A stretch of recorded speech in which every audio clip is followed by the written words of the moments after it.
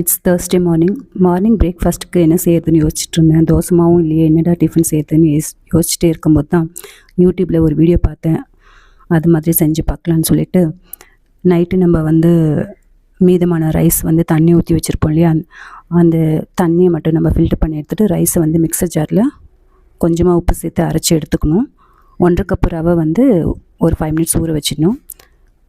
Filter பண்ணி எடுத்த water salt போட்டு கொஞ்சமாக நம்ம எடுத்துக்கிட்டோன்னா, எவ்ரிடே எடுத்துக்கிட்டோன்னா நம்ம பாடி ஹீட்டை கம்மி பண்ணும். அதில் குட் பாக்டீரியா இருக்கிறதுனால நம்ம உடம்புக்கு ரொம்ப நல்லது. அந்த மாதிரி நானும் வாட்டர் குடித்தாச்சு. அதுக்கப்புறம் அவங்க சொன்ன மாதிரி தோசை ஊற்றி பார்த்தேன். ஆனால் தோசை வரவே இல்லை. என்னன்னே தெரியல, கல்லிலே நல்லா ஒட்டிடுச்சு.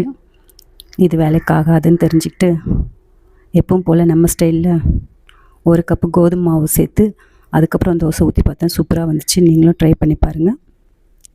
சூப்பரான தோசை.